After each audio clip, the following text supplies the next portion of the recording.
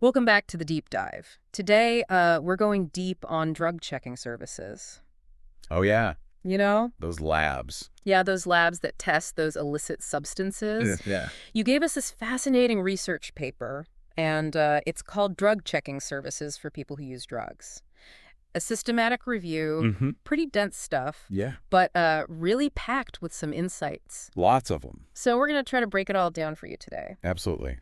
So drug checking services, or DCS, Right. have been around for a while. Yeah, for a while. They actually started in the U.S. Okay. back in the 60s and 70s. Oh, wow. During Paul. that whole psychedelic boom. Then they really took off in Europe in the 90s Okay. with the rise of rave culture. And now they're kind of expanding globally, Yeah, they are. especially with the whole fentanyl crisis going on. Absolutely. So what does this research actually tell us about their impact? Well, so this research paper that you gave me, it actually spans decades of study. Oh. There's over 90 of them, and they're mainly from Europe. Okay. But it gives us a pretty good overview of how drug checking services are being used and what kind of impact they're having. So are people actually using them? Yeah.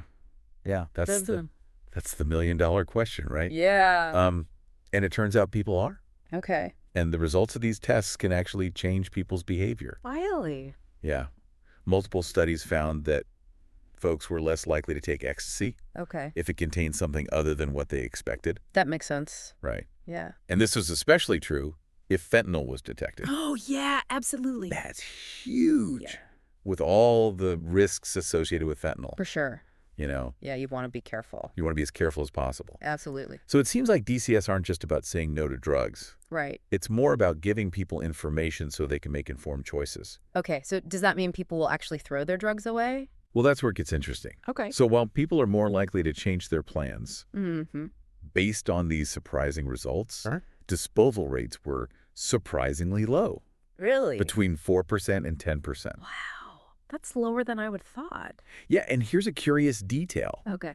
People were more likely to toss out the drugs Yeah. if they weren't opioids. That's really interesting.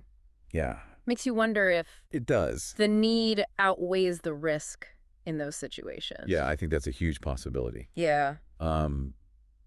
You know, it really highlights the complexity of the issue Mm-hmm. and how individual choices are influenced by so many factors. Yeah, absolutely. But beyond individual behavior, Yeah. DCS also provide a fascinating window into the drug market itself. Oh, tell me more about that. So what's really fascinating is that a lot of drugs are mislabeled. Okay. What people think they're getting is not always the reality. Right. And the study showed a high rate of these mislabeled drugs, Wow. which highlights the potential dangers of an unregulated market. For sure. And get this, Yeah. DCS have also helped researchers track the emergence of new psychoactive substances. Okay. Those are those unregulated substances with unpredictable effects. So it's like this constant intelligence gathering operation. It is. That's keeping tabs on a market that's constantly changing. Absolutely. That's fascinating. Yeah. So it seems like this is a valuable tool for public health officials. Yeah. Gives them some insight into what's out there. Exactly. They offer real-time information on what's circulating in the community, Mm-hmm. the potency of those substances, Okay. and the presence of dangerous adulterants. So this raises a question for me. Yeah. If DCS are so valuable Right. for harm reduction and understanding the drug market, Yeah. why aren't more people using them? You'd think it'd be a no-brainer only. Yeah. But the research found some key barriers. Okay, what kind of barriers are we talking about? Well, sometimes the locations are inconvenient. Not everyone has easy access to these services. Right. And there's also the legal aspect. Yeah. Remember, drugs are illegal, Right. so people might be afraid of legal repercussions, That makes sense. even if the services themselves are confidential. Yeah, you want to know what's in your drugs, Right. but you don't want to end up in trouble Of course not. with law. Yeah. Tricky situation. It is. And here's another fascinating barrier. Okay. Trust in their dealer. Oh, wow. Some folks believe that their dealer wouldn't sell them something harmful, Okay. or that they can identify the drugs themselves based on appearance. It's incredible how those personal relationships It is. and beliefs Yeah. sometimes outweigh the potential risk. It really does highlight the human element of this issue. Yeah. You know, we're not just dealing with substances, we're dealing with people's choices, Mm-hmm. their beliefs, their experiences. Right. It's complex and fascinating stuff. Okay, so DCS have the potential to change behavior. Yes. Give us insights into the drug market. Mm-hmm. but they also face challenges in reaching everyone They do? who Yeah. could benefit from them. Absolutely. It seems like there's still a lot to learn about how to make these services truly effective. There is. And on that note, the study authors acknowledge that most of the existing research comes from Europe, Okay. mainly focusing on party drugs, like ecstasy. So what did that mean for us here in North America? Well, we desperately need more research, especially in North America, Okay. on the impact of DCS on those who use opioids and inject drugs. Makes sense. These are often the most vulnerable populations, Yeah, and understanding their behavior and needs is crucial. absolutely. We need more research that reflects the realities of the drug landscape here. You do? Okay, so we've covered a lot of ground here. Yeah, we have. From individual behavior to the drug market and the barriers to access. Mm-hmm. What does this all mean for our listeners? Well, I think one takeaway is that drug checking services are more than just a Say No to Drugs campaign. They're a powerful tool for harm reduction, public health surveillance, Right. and gaining a deeper understanding of the choices people make, Mm-hmm. especially in a complex and often risky environment. It's like taking a peek behind the curtain of the drug world. Yeah. You know, understanding the dynamics at play, Absolutely. recognizing that people make choices based on a whole range of factors. Exactly. And that brings us to a question for you. Okay. If you could design a drug checking service program to be as effective as possible, Yeah. what would it look like? What would be your top priorities? Yeah. Where would it be located? How would you promote it? How would you address those barriers to use that we discussed earlier? It's a complex challenge, but one that's worth tackling head on. Absolutely. And that's what we'll be exploring in part 2 of this deep dive. Stay tuned. So we've seen how people react when they find something unexpected in their drugs. Right. But you mentioned that most of this research is from Europe, and they've been focusing on party drugs like ecstasy. That's a little different from what we see here in North America. It is. The opioid crisis, Yeah, especially with fentanyl, has really changed things. for sure. Drug checking services are expanding rapidly, but the focus is shifting to overdose prevention. Yeah, that makes sense. Fentanyl's so potent, It is. and it's often laced into other drugs without people even knowing. Right. And even a tiny amount can be deadly. Exactly. Yeah. That's why the research on fentanyl detection is so important. Yeah. Remember how we discussed that people are more likely to adjust their behavior when fentanyl is found? Right. So having those drug checking services at places like safe injection sites Okay. could be a game changer. Yeah, I can see that. Imagine someone brings what they think is heroin to a safe injection site. Mm-hmm. It gets tested and boom, fentanyl shows up. Wow. Now they can make a more informed decision. Okay. Maybe a smaller dose, maybe not using alone, Right. or maybe not using at all. So it's about giving people the power to make safer choices, It is. even in really tough situations. Absolutely. And it's not just about saving lives, although that's obviously huge. Of course. You mentioned earlier that these services also gather data I do. for public health officials. Right. So how is that data being used? That data is incredibly valuable. Okay. By analyzing what's in those drugs, we get real-time information about what's circulating in the community, Huh. how strong the substances are, Wow. and if there are any dangerous things mixed in. So it's like having a direct line to the streets, It is. helping us understand trends and respond more effectively. Precisely. That data can inform public health messaging, Yeah. help law enforcement target their efforts, and even alert first responders to potential dangers. Wow.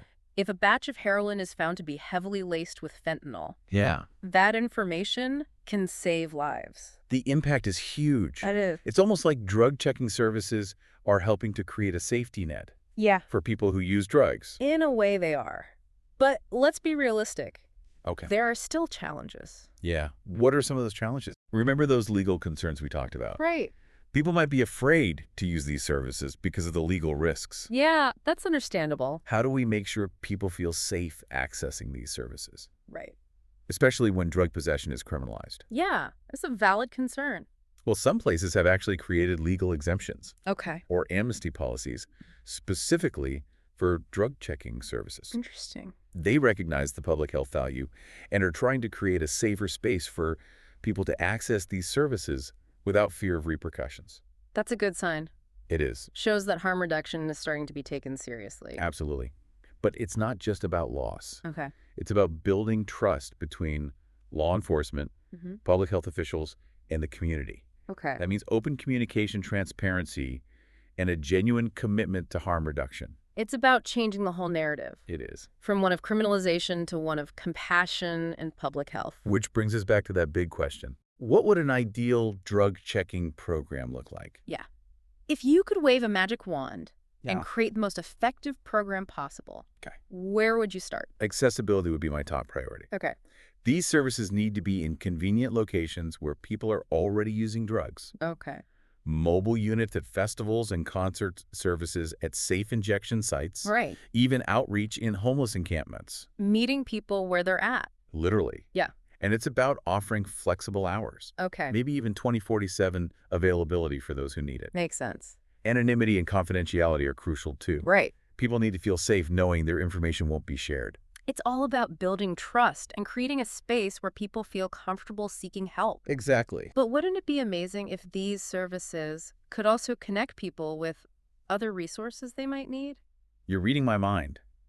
An ideal program wouldn't just check drugs. Okay. It would offer comprehensive harm reduction strategies. Okay, like what?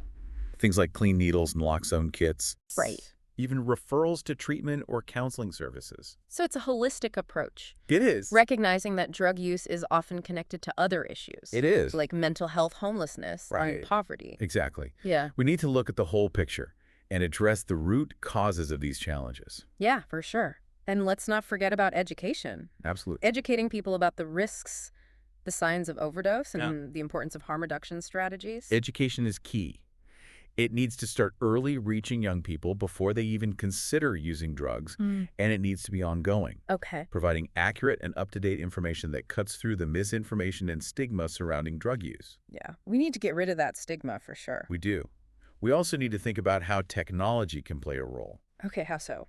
Imagine online platforms that provide information about drug checking services, offer anonymous testing options, Interesting. and even facilitate real-time data sharing between service providers and public health officials. That would be amazing. The possibilities are endless. It's about using every tool at our disposal to make harm reduction more accessible and effective. It is. But we need to be mindful of ensuring that these services are available to everyone, Yes. regardless of their background or where they live. You're bringing up a crucial point. Equity and accessibility. Right. We need to address disparities in access and tailor services to meet the specific needs of marginalized communities. Okay. This could mean providing culturally competent services, offering multilingual support, or addressing transportation barriers. It's about recognizing that everyone deserves access to harm reduction services, They do. regardless of their circumstances. Exactly. These are just a few starting points for what an ideal drug-checking program could look like. Yeah. It's an evolving field that requires ongoing research innovation and community engagement. And it's about moving beyond the stigma and judgment Absolutely. that often surround drug use and embracing a more compassionate and pragmatic approach. I completely agree. And But even with the ideal program, there's still this big question okay. of how drug-checking services actually impact the illegal drug market. Right, we talked about how these services provide intelligence on what's circulating, Right. but could they actually lead to a safer drug supply? Now, that's a fascinating question. Yeah. Could it actually make the drug market itself safer? A safer drug supply. Yeah. Huh. That's kind of counterintuitive. It is. It's like, could providing these services actually influence the behavior of drug sellers? It's a question that researchers are starting to explore. Okay. And some studies actually suggest that it might be possible. Really? Think about it. Yep. If drug sellers know that their customers are accessing drug-checking services, they might be more motivated to provide a safer product. Yeah, it's like a market-driven approach to Yeah. harm reduction. Right. If the sellers realize their customers are informed and they're paying attention, Yeah. they're probably less likely to sell something Right. that's Yeah. cut with dangerous stuff. Exactly. And it could have a ripple effect Okay. throughout the entire supply chain. Wow. A demand for safer drugs could incentivize producers and distributors Yeah. to take more precautions. So it's not just about individual users making safer choices. No. It's about potentially influencing the entire system. The whole thing. Wow. And drug checking services can also provide direct feedback to sellers too. Okay, how so? Imagine a seller finds out that their batch of heroin is heavily laced with fentanyl. Okay. They might be more likely to warn their customers, Okay. adjust their prices, or even get rid of the dangerous product altogether. So it's like creating a system of accountability It is. within a market that's often shrouded in secrecy. Yeah. Of course, there are ethical considerations here. Right. We need to be careful about engaging with drug sellers, Yeah, given the illegal nature of their business. of course. But I think it's a conversation worth having, Hmm. exploring the potential benefits alongside the risks. This whole conversation about drug checking services, Yeah. it feels like it's part of a much larger societal shift. It is. Yeah. We're talking about challenging the very foundations Blah. of how we as a society view drug use. Okay. It's about moving away from that war on drugs mentality All right. and embracing a more nuanced, evidence-based approach. That war on drugs hasn't been very successful, has it? Not at all. It's led to mass incarceration, All right. which disproportionately impacts marginalized communities. Yeah. And it hasn't really addressed the underlying issues that lead to drug use in the first place. So drug checking services represent a different path forward. They do. Uh, They offer a pragmatic alternative okay. to the fear-mongering and moralizing Yeah, that have dominated drug policy for decades. for sure. By providing accurate information, Right. they empower individuals to make informed choices, Mm-hmm. reduce the risks, Yeah. and challenge the stigma surrounding drug use. It's like acknowledging that prohibition hasn't worked. Yeah. And that we need a more humane and realistic approach. Exactly.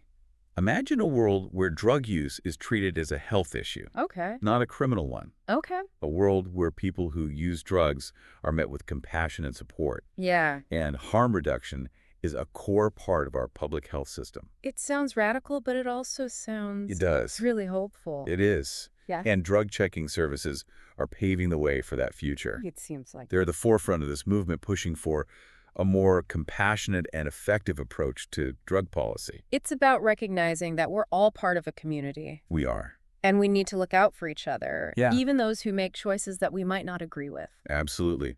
We've covered a lot in this deep dive. Yeah, we have. We've explored the science, the ethics, the challenges, and the possibilities of drug checking services. And we've seen how these services aren't just about testing drugs, No.